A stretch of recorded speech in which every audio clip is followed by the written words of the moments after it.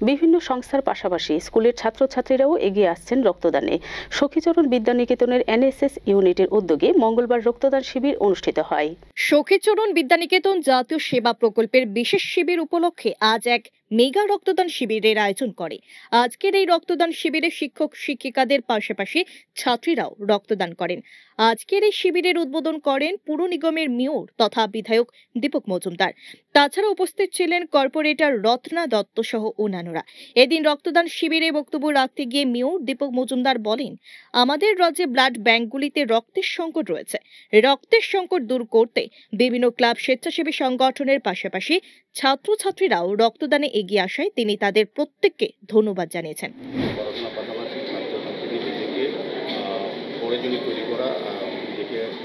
মানুষের সেবা, মানুষের কাজে তৈরি করা, সেক্ষেত্রে এনএসএসের বিভিন্ন কর্মসূচি বিভিন্ন হয়ে থাকে, বিভিন্ন প্রোগ্রাম নেওয়া থাকে। তার মধ্যে রক্তদান শিবির, যারা রক্তদান শিবিরে রক্তদান করতে এসেছেন তাদেরকে ধন্যবাদ জানাই এবং যারা সহযোগিতা করছেন ত্রিপুরা স্বাস্থ্য দপ্তরের প্যারামেডিক্যাল স্টাফ বা ডক্টররা তাদেরকে অভিনন্দন জানাচ্ছি।